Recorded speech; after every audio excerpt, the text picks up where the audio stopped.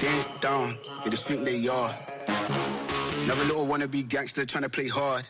Ding dong, they just think they are. Another little wannabe gangster trying to play hard.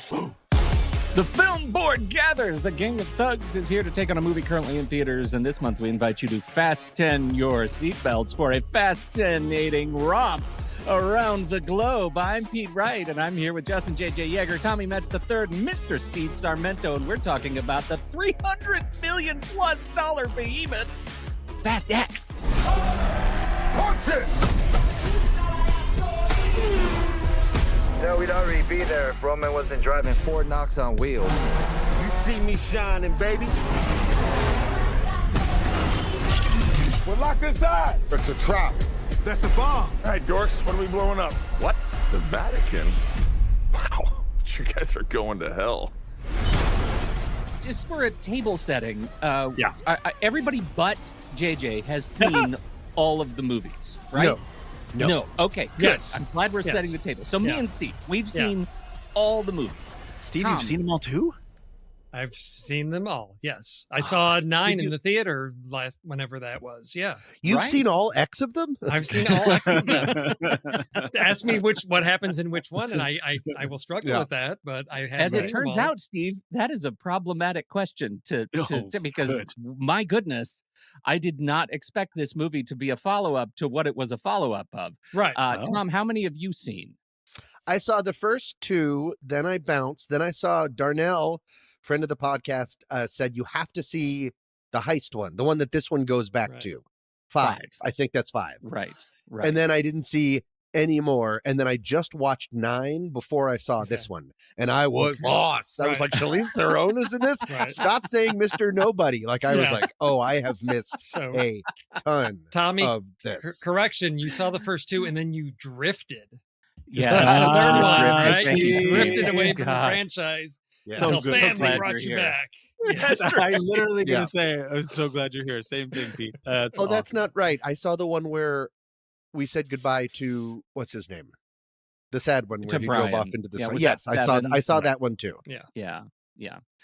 So JJ, you are the one who has seen the least, and you've only seen this one. Fast X. I mean, I've seen clips of the first one to make how fun do you of escape it? Okay. And I mean, very seriously, I mean, I can make jokes about some of the things from the first one, but otherwise, not at all. Okay. Just because you're the Rube, can we start with you? Sure. What does Fast 10 mean to you as the Rube? Well, I was awfully confused that there were 10 of them. I mean, I knew that over how many years that they kept coming out, but I just kind of felt like it was number 4 and then number 4 and then number 4 and then number 4, because I just couldn't imagine what you would do with the things. So, so I just, it was shocking to me. And I will say, without value statement attached to it, because I'm sure we're going to do some value stating as we get further on, I was very shocked at what I saw on the screen. Shocked. Okay. Very shocked. All right. Without looking, can anybody tell me the year The Fast and the Furious came out, the first movie? That was, what year is it now? 1932. It's 2023 now, Tom. The first Fast and the Furious was just a car going right at the camera. Everybody dove out of the way. No, you know the original was Roger Corman, right? I mean, if you look up this one was 2002 or something like that. It's been like 20 years. 2001. Oh, 2001. Wow. 2001. And in fact, Fast 10 was supposed to be released 2 years ago. But, COVID production very much delayed. Justin Lin was on to direct, and he dropped out like a week into production, replaced by Louis Leterrier. So there is it's just a lot that goes into bringing Fast 10 to the screen for us. So, JJ, I appreciate you being shocked. I can't wait to hear why. Tom. So many things to say. How did it hit you? I'm so glad that they used all that extra time to really perfect it. I am terrified that I'm going to wake up and I'll still be in the theater watching this movie. I can't not have value statements in my thing. I feel like I got in a street fight. with a bunch of morons. And cutscenes of beaches. Dear. Tommy, that reminds me of my favorite Mark Twain quote, which was never get in an argument with an idiot because they will drag you down to their level and beat you with experience. Yes, that's right. Yeah. Yes. So, Steve, are you piling on? To misquote Doc Brown, physics? Where we're going, we don't need physics. I couldn't stop thinking of Andy and always his complaint of if something's on a string and it goes off a cliff, it doesn't go like this. It just goes straight down. Yeah. Right. He would have had a field day with like every single second. Yes. Yeah. There's no physics at all. So I feel like I've been watching for the last, I came home just a little bit ago, and I've been watching, behind the scenes stuff for the last hour and a half, and I am stunned, I tell you, stunned and shocked how much practical car work they did in this to make this movie, and how they've taken the practical and made it look so diabolically impractical. Yeah, it's incredible because it looked like they did some cool practical stuff every once in a while, and then they ruined it with that horrible camera work and everything. The barbecue looked fake. Okay, sorry. Rita Moreno looked like a completely CG character. Oh. Yes, exactly. Yeah. Well, now, Pete, before you get started, sure, because I'm kind of getting a vibe here. So I want to ask you, because I know you love this franchise. And Steve, I didn't know you'd seen all of them. So maybe you too. But I want you guys to tell me, as the Rube, again, let's go with that. What is it that you love about this franchise? So set the table that way for me too, because otherwise I am just going to torch this thing. Well, and I tried to apologize for you guys the whole way through. No, but it was really hard. I feel like it's a bit generous to say that I love the franchise that exists now. Yeah. Right. Okay. That's fair. I have loved the franchise less and less with I think every movie. Okay. And this, I was texting Tom before as we were prepping for this, and my comment I think stands. This was like action adventure Mad Libs. And it was written by a chatbot. It feels this was a like script. that. Oh, it feels like that. There is so little in here that makes sense, and I was sitting here trying to figure out how to even talk about this movie that makes so little continuous sense. I really struggled with that. Walking out, I was talking to my son. I was like, "What was that about?" He said, "I don't know. Did you see that big bomb rolling down the hill?" And now I have to tell him and you that was practical. They lit a giant ball on fire and threw it down a hill. It broke a bus in two with wires and crap. That's incredible. So it is stunning to me what happened to this. So this movie is like the pinnacle of all of the stuff that the movie to me. Not all movies are for all people. Movies are hard. This movie is the result of all the sins of, I think, the last era of Fast and the Furious movies, when they went from car movies to caper movies to then science fiction movies, right? Like they just became nonsense. And that's where I can't apologize for what's happened in the last couple of movies. I can't apologize for The Agency. I don't even know. I don't get rid of The Agency. Get no more mentions of the agency. So those are the things that I struggle with. I mean, is that all it's named? I mean, just let me just like an idiot The Agency. Here. Yeah. It's terrible. There actually is an agency that we call The Agency. Yeah, that's secret. IRL, right? Like, no. Yeah. Gosh. Ugh. So JJ, I'd say what I tell people is this franchise now reminds me of the Roger Moore James Bond movies of the 80s, where there's ridiculous gadgets, over the top villains, and it's still fun in a very juvenile way because there's compelling action sequences. But as far as story, there's weird MacGuffins and things and who's after what and why.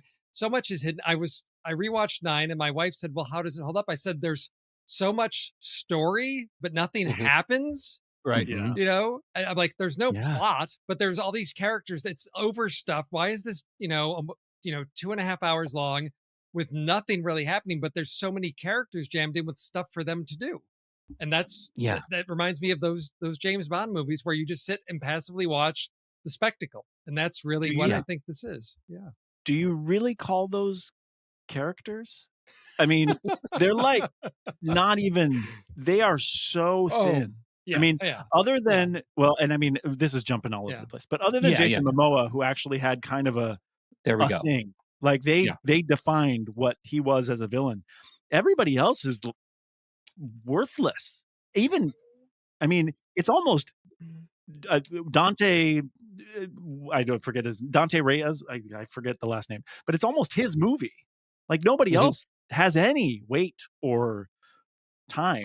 My assessment of that is that this movie, I'm so curious if you guys agree, that the part of the sin of this movie is that it is supposed to stand as essentially the Godfather 3 for Toretto, right? That this is the sum of all of the wrongs he has done, the perceived slights to all of the villains in the past. They're all coming to roost in the form of Dante. And so they've put everybody back in this movie. All of the guys who were originally cops riffing off of, I mean, the story of Brian, right? It was the sort of canonical truth of what this movie does. It takes officers of the law and through the sheer raw magnetism of family makes them part of Dominic Toretto's brood, right? Like all of these guys, whether it's John Cena, who also I think stole this as Peacemaker in Fast and the Furious, like he was fan-freaking-tastic. I love him. I think, but what happened to him at the end? I mean, I just feel like all of a sudden then he was gone. What happened? He blew himself up. Yeah, and then nothing. And then nothing. And then it's just isn't that it? Right? There are so many people and so many threads that they've decided to introduce in this movie, that it is like this is like, look up the term in your filmmaking dictionary for cinematic bloat. This is it. Yes. I think there could have been a story in here somewhere. Sure. I just can't find it. How wrong am I? You're not wrong, because there's beginnings and endings, but there's no middle. There's nothing. Yeah. It's very telling that the best part of this movie was the reruns from Fast 5. Right. When they're dragging the safe. When they're dragging the safe, that's all. That's all from the good one. That's the good one, in my opinion, because they just robbed like a bank. They robbed the bad guys and they dragged that all over the place. And that was the best part of this movie, was scenes I've already seen. So your thoughts though, Tom, like think about that, like that this movie Fast 10 is actually essentially a follow-up to a movie 5 movies ago. Yeah. But with all of these other tag-alongs also pretending that they were also there. Yeah. We just sort of went back and retconned Jason Momoa in Fast 5. Right. Yeah, because he's not there. He's not there. No, I mean, if we are skipping around, so let me know if this isn't the right thing. No, we are. It's good. There's only one reason to watch this movie, and it's 2 words, and it's Jason Momoa. He's having such a blast, and it's a weird take on character, and he's fun, and when he is there, the movie comes alive, and everyone else is taking it so deadly serious. Oh, except for Tyrese and Ludacris. So funny. So funny. I was like, more bits, please. But they used to be, right? Like they used to be. They're the original movies. I think that when they first came together, like they had some, there was some spark to their relationship, and I thought it was fun. And this was like, what is he doing? At one point they're in the Pete Davidson Hall of Internet Wonders, and he opens his coat, and he's just wearing stacks of money on his body in the weirdest reveal, and that sequence had many threads leading into it, and it turns out Pete Davidson Hall of Wonders is a black hole of narrative, because no one ever cares about what happens, that they did not solve their problem that they went to see Pete Davidson about. That was crazy. So we take as standing that the movie is essentially a follow-up to Fast 5. Our principal family, we have Michelle Rodriguez and Jordana Brewster, and Tyrese and Ludacris obviously are still around. And Han is here. Now, Han famously, JJ, you don't know this, Han died in one of the movies. And then later, he came back in the last one. Because of a hashtag campaign, Justice for Han. He actually came back as if he faked his death because of the agency. Like they were able to bring him back. because everybody liked him in the movie that he was in many movies ago. Everybody thought he was great. So is that why, and I mean this very seriously, is that why when people die in this franchise, you never talk about them, nor see them, nor experience any grieving or any emotions about their death? Because it's most likely that, you know, when 4 principal characters are killed off as a plane is shot down at the end of the movie, they don't explain it. They just roll the credits. They're all still alive. Oh, they gotta be, right? Yeah. I mean, like, that's so weird. Like, why are you rolling the credits? I am not asking for more of this movie. I am not asking to sit through more, because this is the first things. part of what 2 the parts. Heck? Potentially 3. There's going to be Fast X 2 and 3. This is the setting of the table for the end of Fast and the Furious. Has Gal Gadot ever been in any Fast movie before? Yes, and she was killed off too by being thrown into a jet engine and being shredded. Yeah. I don't know what to say. I don't know how to answer that question. I feel like I was hallucinating during the film. I feel like I'm hallucinating now. I'm going to be hallucinating tonight. This is the craziest. Oh yeah. So Brie Larson had never been in one, but Charlize Theron. She hadn't. No, she was new. Charlize Theron has been in several ones before, and all her presence did was make me want to go watch Atomic Blonde.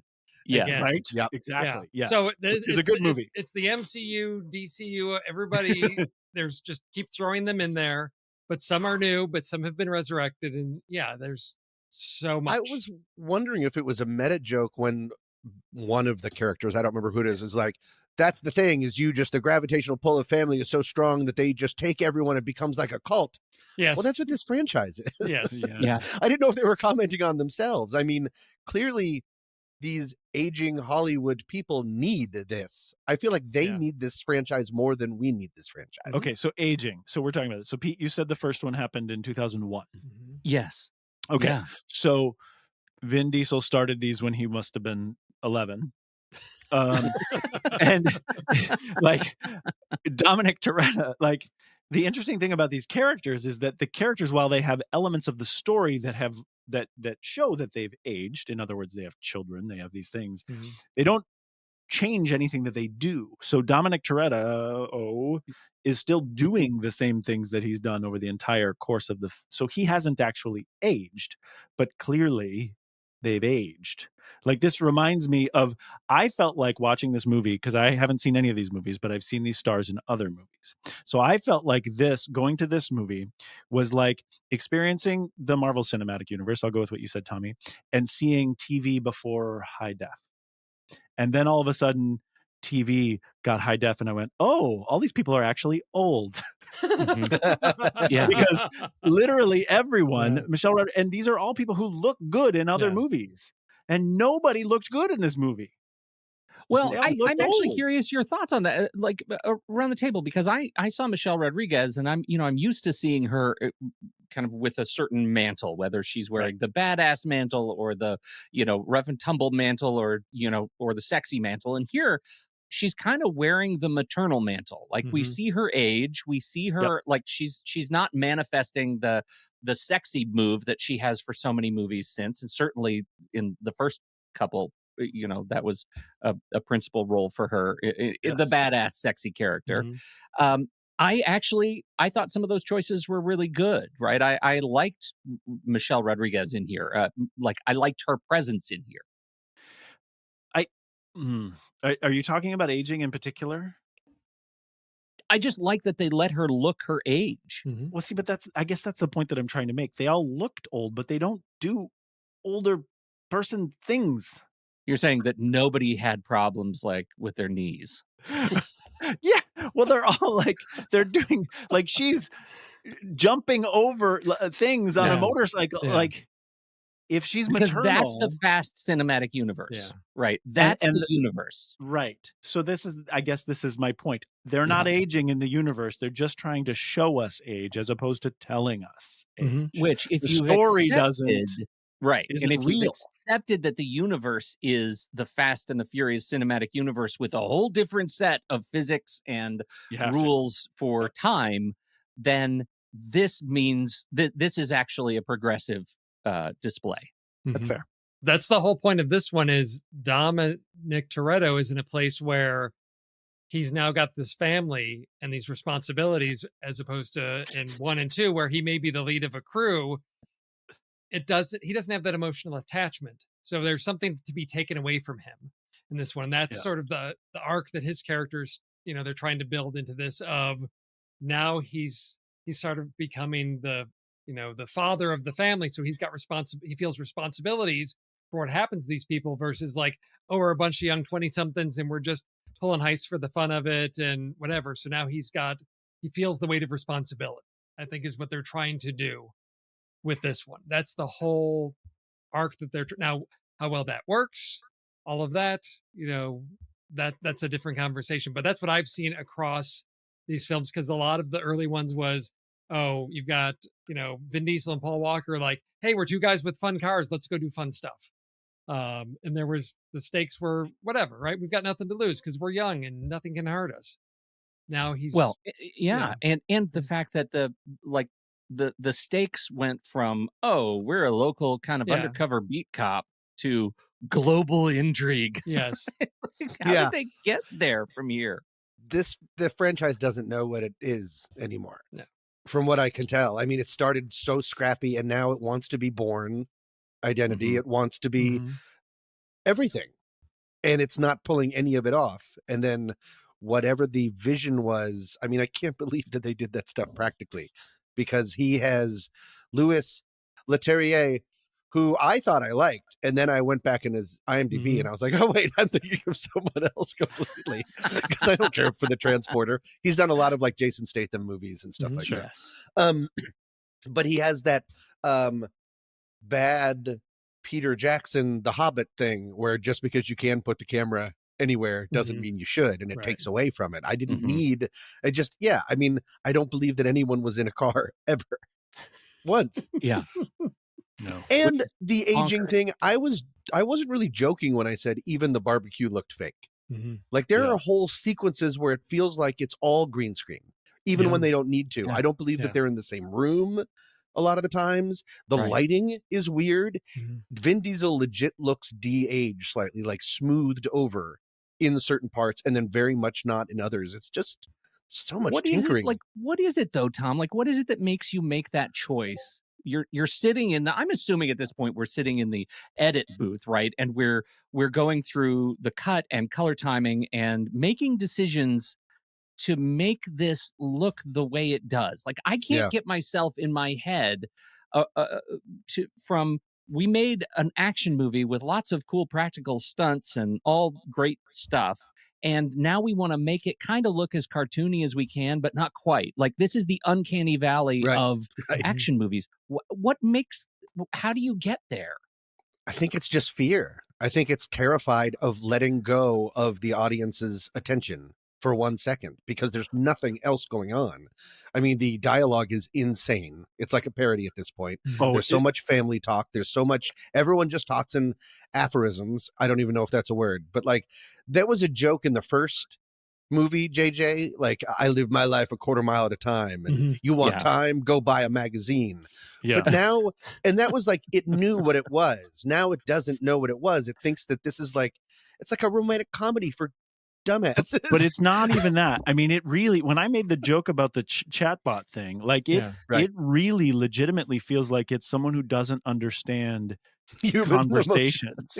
Because okay, so who is the character that is that Dominic ends up with? That's like the sister of someone else. I don't even know who that character is, but they end up in a house. Oh, and then okay. He's going to go do that's something. His late wife's sister. Okay. Yeah. So she says there's 4 lines in a row that are the most ridiculous 4 lines in a row, and then they just cut to the next scene. Well, they do a beach interstitial, and then so it's I'm coming with you. I need you to stay safe. I could have beat you in that race, so you want a rematch. And then he leaves. And that's the entire conversation. It's just those 4 lines. Like, people don't talk. It's so ridiculous. It makes no sense. To say things like, oh, wait, my sister that died how many years ago, I've still got her files. Let me go pull the files. I've been saving forever. Her sister, the police officer, yes, clearly the sister just keeps those files that we can go dig through. Well, to find out she where got them in Dante the, is. she got them in the will. Don't you know that all detective files go to next of kin? That's how law works. There's so much that there's bad dialogue like that, and the other thing is there's so much that's hidden in terms of character motivations. I don't know what people want to get out of a scene because it's hidden so that it can be revealed later on as a surprise or a twist, or because I feel like no one knew at this time. We just need Michelle Rodriguez and Charlize Theron to fight. For what reason? I don't know, because then Michelle Rodriguez can find out they're in Antarctica and come back down and be like, oh, wait, here's your winter gear.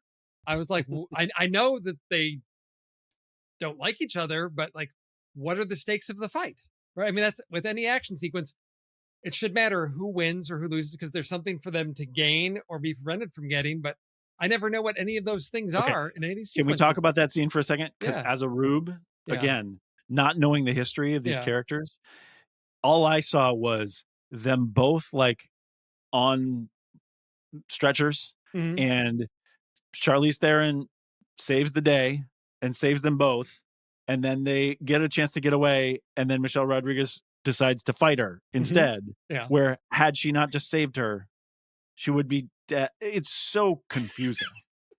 Well, and you also have to know, like, if you think that's confusing, you should know that in the trailer, in the original trailer, I think that was it was Brie Larson on the stretcher the first time. I think they were trying to hide the fact that Charlize Theron was in the movie, which is weird because in the final trailer they let that out. Like that was definitely, they showed a lot of the fight. I need to go back and check the trailer because I was sitting there with Nick and we were wondering what is, like, that's not, we just watched the trailer and that was not, she was not there. Right. Another thing that might be going on and making things as difficult and confusing as possible is the fevered egos involved in this runaway train, that when it's actually quite surprising that The Rock is back, except no one seems to escape this surprising because he got in a big fight in real life with Vin Diesel. Right. They both had people on counting the amount of punches. They had to have the same amount of punches. And so when you get, and like that was in their contract. So like when you get to that level, there's a chance that maybe Michelle Rodriguez has enough juice to say, well, I need to get in a fight. Yeah. And they're like, okay, here, let's just do it here because you're mad. She saved your life, but you're still mad because of all the horrible things that she did before. But then you're going to end up buddies. There might be so much, like, let's look at all of the stipulations and then build a plot around it. The Rock is back? Yeah. Okay. There was a mid-credit scene. Mid-credit sequence. I didn't stay. I was so happy to leave. Yeah. You have to tell me. He shows up in another room that is just like for slideshows. Yeah. Like in this movie, there's a whole bunch of slideshow rooms, like the Agency, where he's like, here's my floating screen and everyone's in silhouette. It's like, and I'm on an island catwalk with no rails. Why would we build that? What is this Agency? In like the thing in X-Men that your Professor X goes into I can't remember what it's called. I would like it if they accidentally turned on the lights and he's just like in a Best Buy, like surrounded by big TVs. But no, The Rock shows up and they're like, hey, he's like, I'm going to kill you too because I'm mad at you too. And he goes, all right, I'm back. Well, that was just surprising because they left. That's why he went and did Hobbs and Shaw. Right. In the Fast Presents is because he would never work with Vin Diesel again. Right. But no one escapes the gravitational pull. And it's so funny that the movie is about that, but also this franchise. Well, and that's, I mean, the thing is, it's going to make money. Yeah. Oh, yeah. Right. Like it did. My theater was packed. So, I mean, as much as I disliked this movie, it's going, if there is a trilogy coming, if there is a second and a third, I think they're going to keep doing it because stars want, I mean, the reason Helen Mirren is in it is because she wanted to be in this franchise. She asked to be in it. People want to do this. Right. So whether it is a, good or just a money grab at this point, people want to do it. So I don't know, 300 million, you said? Yeah. 340 million estimated. I don't know, I don't know where that breaks down for prints and advertising, but it's extraordinary, and I think it's more than The Way of the Water. It's the 8th most expensive film ever made, estimated ever produced. But of course, they expect it to make $1 billion. Like that's fine. So there were some other things. I did find a little bit of joy in some other things, other people that were in this movie. I love Alan Ritchson. Alan Ritchson is Jack Reacher in the TV series. He is the new guy, the new police officer. He's the new Brian, right? He comes in and he's the antagonist, the lawman, but he is drawn by the black hole of family, and he then becomes a member of the Brood. I like him a lot. I just think he has a lot of charisma on screen, and it did strike me when you talk about stipulations, Tom, that there is a scene where Toretto and I don't know what he Ames. Toretto and Ames are walking together and then sitting across from each other in that prison van, and Toretto looks like a child. He looks like a toy next to Richardson, and I was really surprised that they let that an old toy. Yes, but yes. and scrawny compared to this guy who is just such a giant. So I really was surprised that they let some of those things in, and I wrote it off as like, oh, they're letting these are the principal actors who are maybe letting some other characters shine a little bit, and maybe have loosened up on what they expect in their halcyon days. I think at some point, I mean, because he would walk in a doorway in a long shot, and his head would be like this far away, and then they go to the close-up, and it's all of a sudden there's just an entire team of apple boxes just running around for this movie. I mean, at some point I think you just have to, if you're just seated across from each other, you can't have like a booster seat. Let's talk about the major set pieces, right? And I think as part of this, we need to be thinking about the people who have directed these movies, because Louis Leterrier, I mean, Leterrier is I'm curious, Tom. I know you said you weren't crazy of him, but about him. But I actually did love The Transporter. I thought that was a really fun movie, and it was a great showpiece for Statham. But I also, I'm the Incredible Hulk, like he's the Incredible Hulk guy, and Now You See Me, which I thought was a lot of fun, and I like that. The TV show Lupin, which is a French show about the character, kind of the cat burglar Lupin the Third, I guess, and so we've talked about Lupin on the next reel in the past as an archetype of French history, and it's a modern show, and he's directed several episodes of that. So there are a number of properties that I think are a lot of fun, and I think the action, like I'm curious the degree to which you see Leterrier in the action sequences, if you see him at all. So what we definitely have we can skip the first one, because that was the breakout of the vault, and that was Fast Five, right? That's a whole different movie that was shoehorned into this movie. What's the next big action piece? Was it the bomb rolling down the hill? I think Big Bomb. Yes, Big Bomb. Bomb. Indiana Jones and the fireball of the neutron bomb. Yes. Right. Yes. Right. What do we think of that? I mean, was it a action piece you could follow? No. Well, that is a great example of what you're saying, like, what's the thought process of why are you making it look so bad? Is I don't believe anyone ever got in a car. And so some of that stuff you have to fake, because we're in a post Paul Greengrass, Tom Cruise world where they're doing all of their own stuff and the camera's right there, and clearly no one wanted to do that in this one. And so one of the ways, and so you just can't be close on people. Yeah. Right. Oh, right. So, yeah. You know what I mean? So the way to get around that is to go, okay, well, if we can't even make it look like he's turning a wheel, then let's have the camera go insane. And hopefully that will, That's a really good point. And I'll take it to the specific sequence in the bomb, the Indiana bomb. It's rolling down the hill and it hits the gas tank, right? And so they take his Dodge, and he takes his Dodge and he runs it up the ramp on the restaurant and knocks the awning down, I guess to somehow shield the people, the diners, from the fireball. Is that what he was doing? Gasoline. Isn't that what I mean? Is that what I you thought guys he was saw? just trying to like get away. I don't know.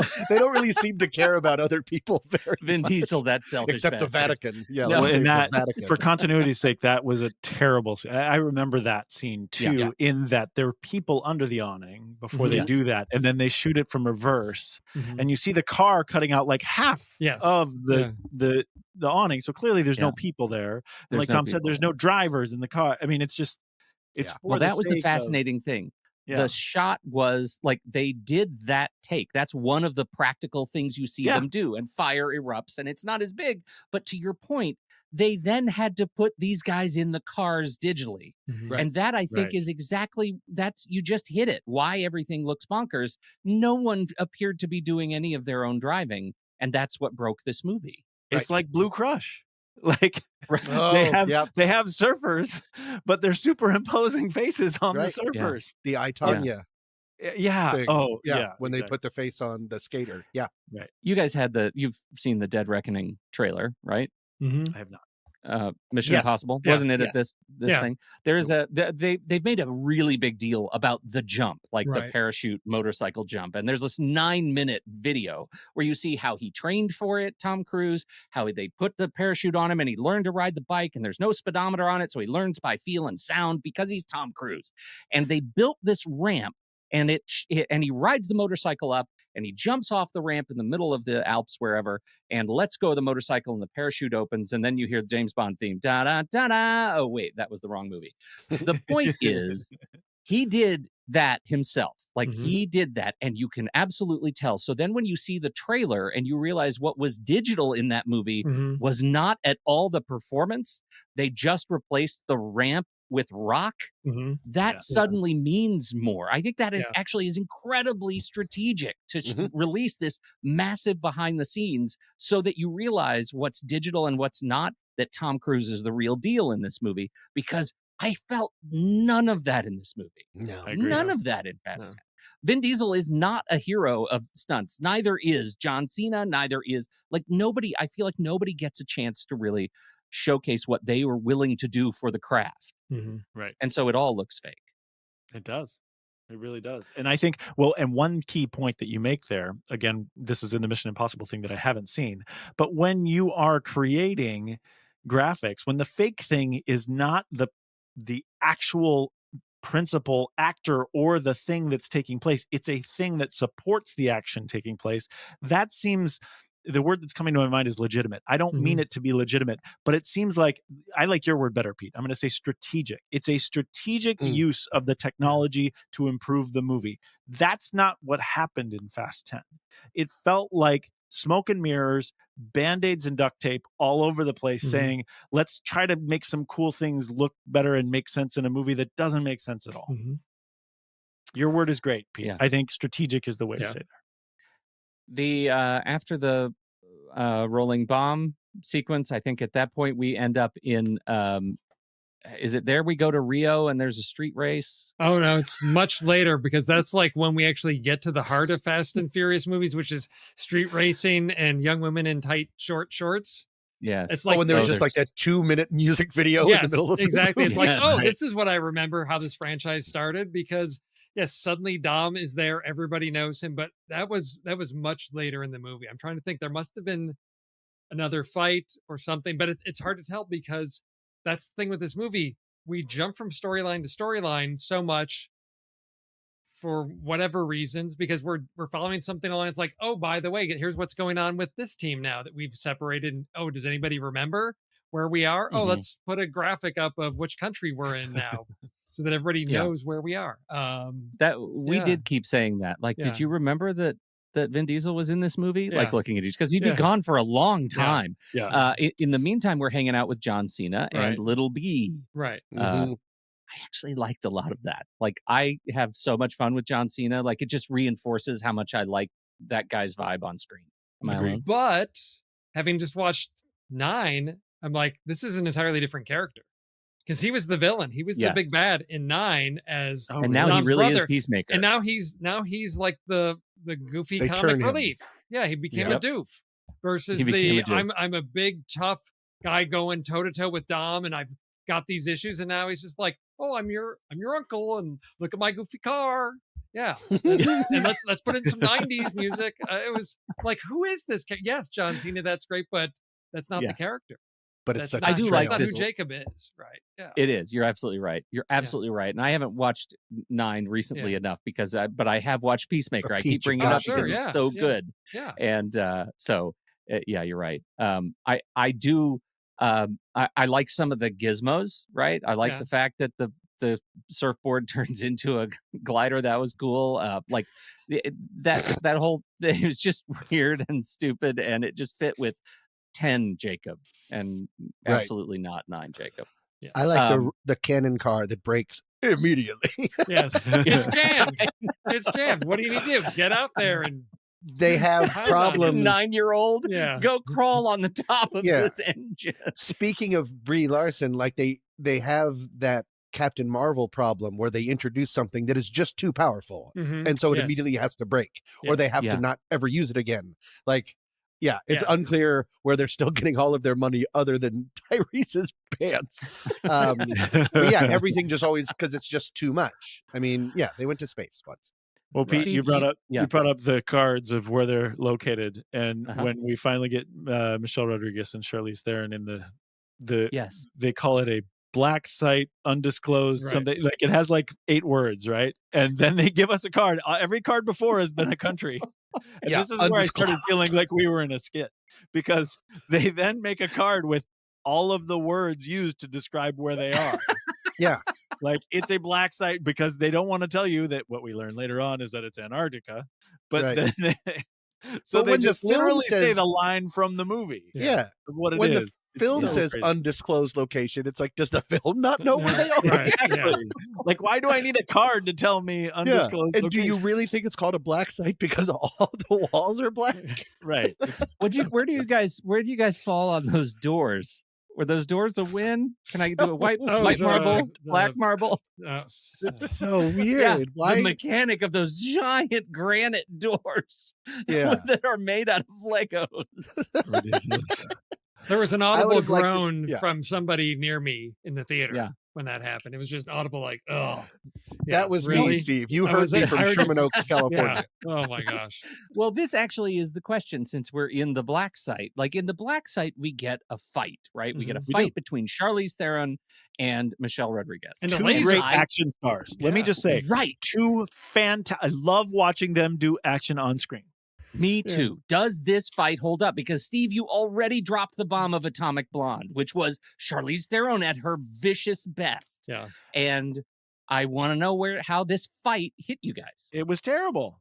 Yeah. It was terrible. Yep. I didn't mind it. I didn't know you could pick up coherently broken glass like sand and just throw it at somebody's face and not hurt your hand. Right. And that's like a beach volleyball foul. That's going to spin only... if only to create flashing lights during our fight scene. Yes. The thing that I liked about it, and this is more of like a process of elimination, I thought it was the most coherently filmed. Yeah. Mm-hmm. No, it was the cinematic language was right, and I believed that something was happening. Right. The logic there was were off, two people. You're right. Correct. It was filmed well. Yeah. And so that was really refreshing for me. Rodriguez is like holding on to her with her legs and arms and like pretzeled around her, and Charlize Theron swings her head first into the elevator doors. Yeah, that is a brutal like looking stunt. Like some of when the lights were on and they were just fighting, it was actually, I thought, quite awesome. Mm-hmm. It's when they tried to augment it with other like flashing lights and robots that it just came off the rails.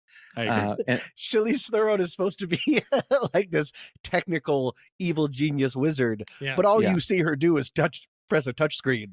Yeah. And I don't know why there's a disco setting for her. Yeah. She has a touch screen for any problem. Yes. Whatever you need. And she can reach it from wherever she is. Well, like why did they build a macro into the stretcher touchpad that causes poison sleep gas to fall in a different room? Because why would they let patients have that F10 she's macro? A brilliant hacker who is not smart enough in the human resources department to hire henchmen that don't have families. Because I'm like, if you're going to surround yourself with stormtroopers, make sure everybody's got a wife and kid. Everybody Steve, needs to have a wife and kid if they're working humans for you. don't have touchscreens. That's the problem. People don't have touchscreens, so she's up a barrel. You're talking about a scene where Momoa comes in as Dante, and he comes in and he's carrying two bodies, and he actually, it turns out, has already pre-blackmailed everybody on her team by kidnapping all of their families except for one. I have to admit, like, it's ridiculous now talking about it, but in the room, I thought, oh, that's clever. I like him for doing that. That's maniacal. Well, so he's maniacal, stupid, and that's he was good. My issue with that character, because it goes back to, let's go back 30 years to Basic Instinct. If you remember, a lot of the buzz about that, about Sharon Stone's character, who is a crazy serial killer. Oh, and she's a lesbian. So let's combine those things together. So let's take a sociopath, psychopath, and let's make him less macho than everybody else. Let's make him effeminate. Let's put fingernail polish on him, but that's okay because he's crazy. That fits together versus every other man in this movie is a mechanic and macho. And so what is that communicating? And that I found completely offensive and an outdated trope that really bothered me. He was channeling Johnny Depp for, Jack Sparrow of, I'm sure he had fun doing it, but to me in 2023, I was completely offended by what that messaging was with that villain. I actually, I hadn't thought about it that way, Steve. So I'm glad you brought it up. And I think I didn't catch so much Johnny Depp as I caught like Jared Leto being the Joker, right? This kind of thing where he was just wild and out of control. But I agree with you about the trope, especially when balanced against all those ultra masculine tropes in there. It's unfair to play it that way. It feels very short sighted in the way it does. And yet that was the character I liked the most. So I don't know what to because there was something to him, right? There was some choices being made. He got to make choices, right? With his dialogue. He had free reign to do whatever, the wisdom of those choices, whatever. But everybody else, there's nothing there. There was nothing for them to work with. Right. Because those characters had been established. He's a new character, so he can take it to 20 on this, but everybody else has got these character arcs or some history that they're boxed into of who they are, who they're expected to be, like Michelle Rodriguez. Okay, I've got this, so I can either fight, I can do a trick on my motorcycle. That's all she really gets to do. Yeah. And painting the nails of the corpses was literally my favorite scene in the whole movie. So I thought it was great. Corpses were so gross. Oh yeah, they were so gross, but I found it funny and well performed. Yeah. So I'm conflicted now all of a sudden. Like I hadn't looked at it that way either, Steve. I really appreciate that perspective because of the contrast. It feels like this all of a sudden, even though I love Momoa's performance, I realized this is the lowest hanging fruit for finding contrast to all these hyper masculine characters. I don't know if I am 100% with that. Because I did think about that, because I was very aware of the Basic Instinct thing back in the day. That was a big Joe Esterhaas thing. Yeah. I didn't find this character to be sexualized, though. I thought Basic Instinct was very sexualized. Yeah. That was really her main weapon other than an ice pick. This, I found he more just sort of like a let your freak flag fly, do what feels good, do what looks good to you thing. So personally, it didn't bother me. He was having, as opposed to that's what I think. I thought it more of just an agent for chaos and hedonism and just do whatever you want to do. If he had been flirty or doing things like that, then I would have been uncomfortable. But I didn't see it that way. So I just saw a little bit of his sashaying, talking about ballet, things like that. I agree. It's not sexualized, but to me, it's taking certain stereotypes or attributes from a specific type and applying it to a sociopath. And to me, that's a problem. It's fair. So, yeah. I did smile when he said you seem like really much more of a nutcracker guy to me. This is the thing that is actually interesting about that, and why I like Momoa's portrayal of this agent of chaos is because there wasn't anything in here that I didn't believe as the character. I didn't feel like Momoa was like there was no line of dialogue that he said, as weird as it was, coming out of his mouth that took me out of his part. And I think that's the thing. Like, he understood the assignment. Like, I don't know any better way to say it. Like, he felt like he was in the right place, in the right pastel. There was an interesting contrast when he because I wonder how much of the film was ready for him in the way that he was going to play it. A lot of it feels very made up on the spot or something. And one of the ways that really stuck out to me was when he's up on a bridge or something. I don't know, when he's playing remote control and blowing things up. Probably it's when the two guys are still alive. So it's maybe the medicine ball that's on fire. He is like, okay, let's go. And he like skips sort of like down the stairs and he's all like yee and all giddy and stuff, but the camera is shot from below and does this raise up. The camera is ready to shoot Dom or someone walking down looking like a real thing, but instead he's like wee and he almost messes up the shot. I like that. I mean, he hijacks the movie and the movie isn't nimble enough to even like, I think Louis Leterrier just has like some moves and he's like, well, you know, this is an important shot, and then you just have this guy sort of giggling through it. That was magnetic. Yeah, I liked it too.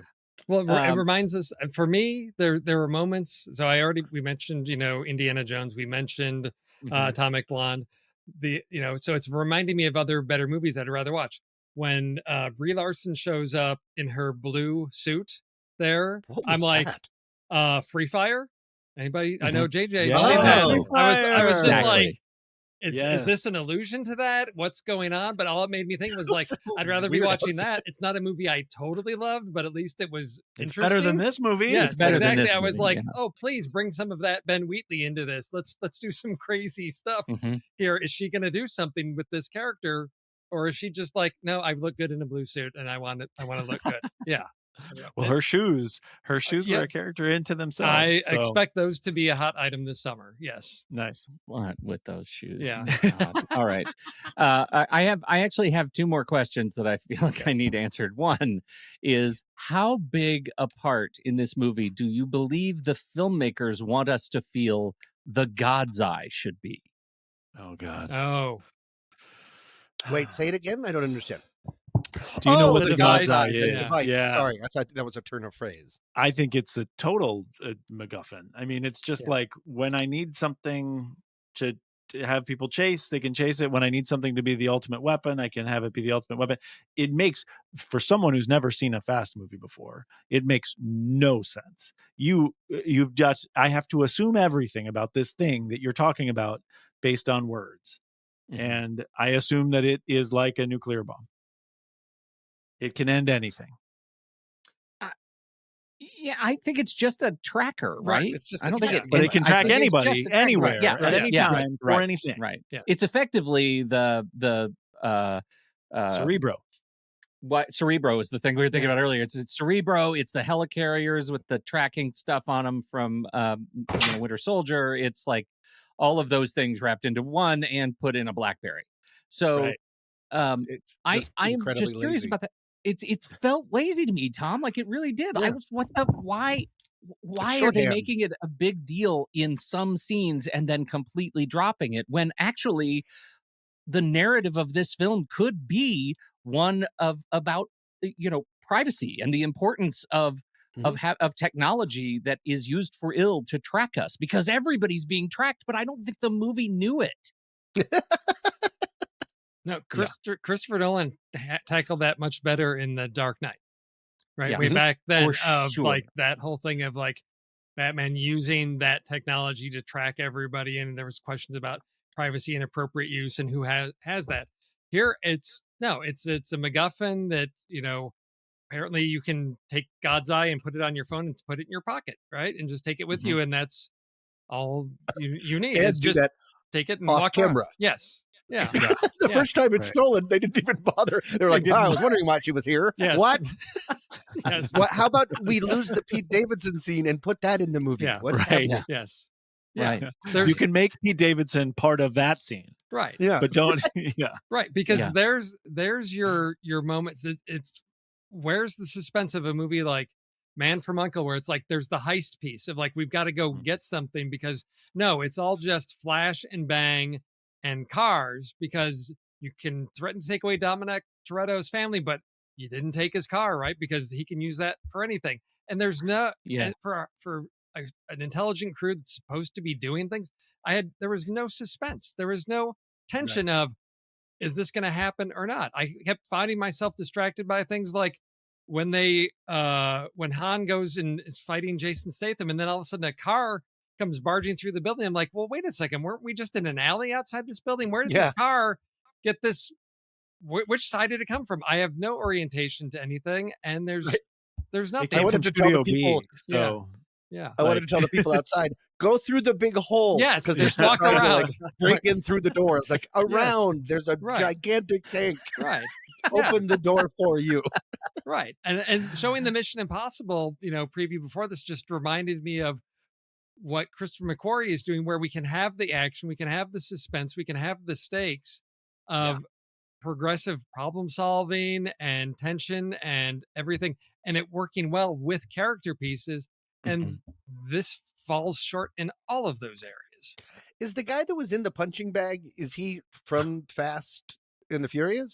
He was in the Mission Impossible movies. He was what's his name? Gritty-Gore or whatever. The guy that was he breaks him out of the prison, right? Out of the prison. I don't remember him. And I was trying to rack my brain of, is he from one of the prior? He was in movies? 4? He was in Fallout? Is that what you're saying? No, not Fallout. That's no, Fallout is 6. The one that starts in the Ghost Protocol in the prison. or Rogue Nation. Ghost Protocol. That's the same one. He climbs the building. Okay. Oh, you guys. Yeah. I don't like either of these franchises. So just hearing you talk about mapping the organizational structure of these two franchises together, I'm just like, y'all are ridiculous. Yeah.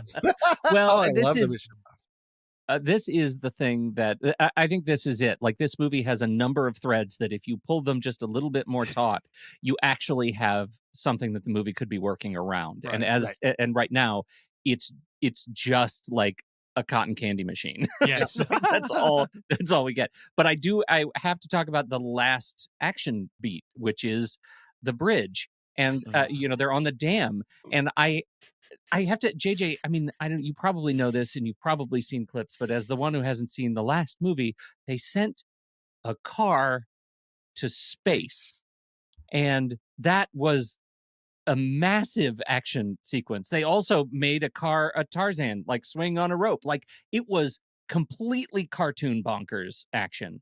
And I wonder how you guys think about this movie and that final sequence with the car driving off the dam, in light of where the movie has come from. I struggled with it.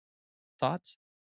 I thought it was terrible. But I mean, you talk about like ridiculous things. Like, I always make jokes about in The Italian Job when the helicopter is playing chicken with a Mini Cooper. Yeah. They have the helicopter scene here where 2 helicopters shoot like harpoons into a car and try. It would be the most as a person who's been in a lot of helicopters, like, it's so dangerous for the helicopters. Like, nothing, all these things. Yeah, like, none of the toys they're using to destroy anything actually do anything but destroy themselves. And so sending a car into space in 9, which I didn't see, and sending a car down this in they don't do anything except it makes no sense. It makes no sense. You use the word toy there, and that's absolutely what I was thinking is, this movie was prevised by a bunch of 10-year-olds with their Hot Wheels cars. I've got 2 trucks and I'm going to come smash you. Oh, yeah? Well, I'm going to jump off the side of the dam and I'm going to drive down it. And you know what? It curves at the bottom to make a ramp. And so when I turn on my NOS, oh, wait, my car's on fire. And so I'm going to, turn on flammable gas, and it's going to shoot me like a rocket down there. And it's going to be awesome. And I escape from you. Okay. I love Steve's 10-year-old voice. I also put a bunch of bombs on the dam. Yeah. I didn't tell you about that. But, I didn't tell you that I did that because I also had those trucks. Right. Bombs everywhere. And I did it before because I knew I was going to have to blow the dam. Yeah. I already rolled a D20. Yes. Exactly. Before you got here, I rolled that and I put those things there. I rolled those stats already. I feel like that final sequence was completely neutered. And a part of the challenge, I think, is that this is a part 1. Right. Did this and I think ending the movie as abruptly as they did, it's like the Karate Kid. Did nothing like roll to credits. Like credit. What? Oh my goodness, it was so weird. Okay. Oh, but I don't want any more movie. I don't want any more movie. I was so there's happy still no that ending. They didn't have to solve it. Yeah. I like any movie that makes me long for the restraint of Michael Bay. Oh, I do need to point out, as an Arizonan, there is no North Yuma Airport. No. When they're there, everybody in the theater went, "What?"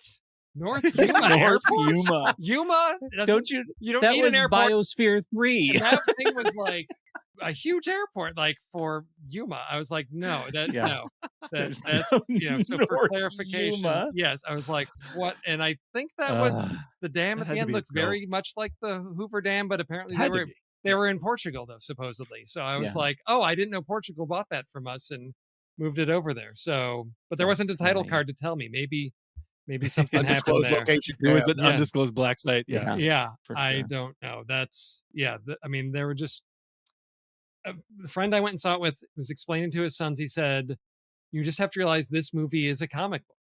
There's retconning that happens all over the place, and things are ridiculous, and that's what this is. This superhero movies have become more grounded in reality than this. This is the comic book version 100%. of these movies. I feel like that's the counter. That's the counter argument. Is the comic book movies feel more grounded than every minute of this? Yes, Agree. What if the studio messed up and they accidentally released the pre-visualization instead of the movie? And they're like, "Oh, just go with it." Yeah. Oh no. I have to tell you, I'm not actually curious where your ratings are going to go after this conversation, but I do feel like we need to say it out loud. So we're going to talk about Letterboxd. They're our very dearest friends, Letterboxd. It is our favorite social media network for movie lovers. You can track your watch lists, you can leave your reviews and ratings of films, and follow other people's reviews. It's really, really fun. You can use it for free. It's full of ads. If you want to get rid of the ads and support the fantastic Kiwi team that makes it, just visit thenextreel.com/letterboxd. You will be whisked over to a checkout page where you can upgrade to a pro or patron account and save 20% off. If you're already there, you can just use the code NEXTREEL, and that will take that 20% off when you check out. It works for renewals as well. JJ, what are you going to do? Well, I actually moved my rating down after talking to you guys. And I think, like I told you in the theater, I was apologizing because for the movie, because I know that there are people who love it. And I'm really glad with the explanation that you gave me, Pete, about that. And I realized that I can be comfortable in my dislike of this movie. So I gave it a 1 star and a no like. Oh, 1 star, no heart. Timmy? Did I write down Jimmy? Oh well, You did. You did. I thought this movie was bad. I'm gonna give it 2 though, just for Jason Momoa. That's and fair. the fun that he had. I could have watched him have fun, whether it's problematic or not. He was what this movie needed. Without this movie, without him, I can't imagine that I would have stayed the entire time. Because otherwise it just felt like getting hit over the head. It's walkout worthy. I agree. Yep. Yeah. All right, Steve. Yeah, the fact that the movie reminded me of more fun movies, and I had trouble keeping track of like why this didn't just embrace those better elements. Like, oh, does it want to be a racing movie? Does it want to be a Mission Impossible movie? Does it want to be? And we talked through it. It's dropped down to it's 2 because there are parts that are fun.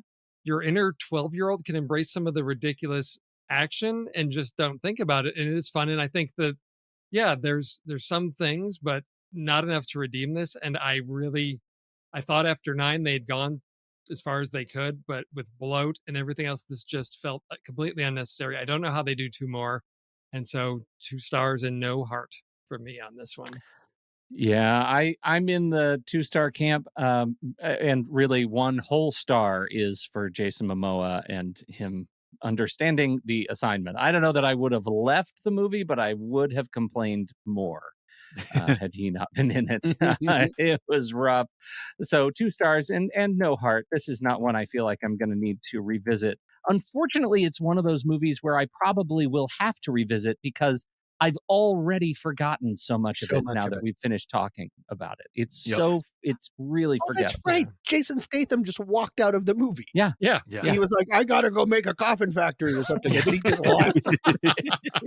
Jeez Louise, I forgot. So we're just gonna see him somewhere in number 2. All right. Good. Yeah. But at least John Cena's been killed. Or has he? He hasn't. So they're gonna retcon him that he was actually in the plane and he landed it.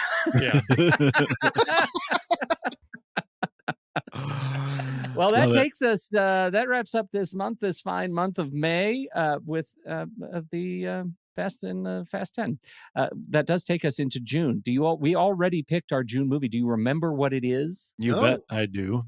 Yeah. Spider-Man Across the Spider-Verse. Yeah. Spider-Man Across the Spider-Verse. You're looking forward to that, right? Like that one's where we're going in with some excitement, I think. I will say, if you get an opportunity, I was taken by surprise for Into the Spider-Verse, and and I think, and I was lucky enough to have seen it in an RPX theater with the rumble chairs, and it's the only film that I've ever seen in an RPX theater. And I recommend that if you have access to one of those for Across the Universe, Across the Spider-Verse, you should do that too, because it is special. It is it really added to the film for me too. I think it's great. Oh, cool. Okay. How does RPX, that's the Regal, how does that compare to something like D-Box? Does D-Box, they just spit on you or it's the same thing? Like, same thing, yeah. Okay. One is just incredibly poorly named. Right? There you go. Great comparison. Noted. All right. Well, hey, you guys, this was a lot of fun. JJ, I appreciate you taking it was awesome. Doing the yeoman's work and only watching one movie to prepare for this. You really hit a homer with this one. I can't wait to hear your review of 1 through 9. Tommy, good to talk to you. Thank you, sir. Thank you. And Mr. Steve, glad you are in the saddle. Hey, it's great to be back with this family. Yeah. Oh, God. That means, you know what? The word, it's somatic satiation, baby. It doesn't even mean anything anymore. Family. Just my car is my cousin. I am Groot. Thank you, everybody, for downloading and listening to this show. We so appreciate you. Don't forget to do the stuff you're supposed to do with podcasts, but mostly head over to our community. You can get started in our free community at thenextreel.com/Discord. You'll be able to sign in if you're already a Discord user or create a new account, and you can get into the open community. If you really want to see what is going on behind the scenes, go to thenextreel.com/membership. You can sign up, and as soon as you sign up, and for the exchange of a few bucks a month, you'll get access to the triple secret channels in Discord. That's where all the fun is. So, plus you get early access to all the shows. Early access. What more do you want? You get a week early. It's fantastic. So thank you, everybody, for everything. We'll see you next month for Spider-Man Across the Spider-Verse.